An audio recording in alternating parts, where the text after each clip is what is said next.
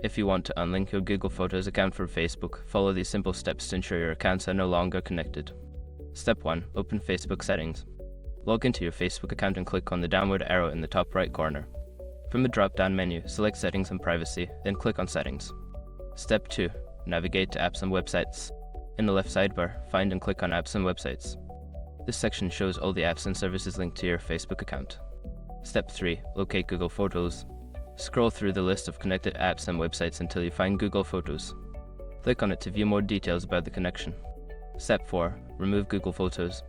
Once you have selected Google Photos, look for the option to remove or unlink. Click on this option to disconnect your Google Photos account from Facebook. Step 5. Confirm the unlinking. A confirmation prompt may appear asking if you are sure you want to remove Google Photos.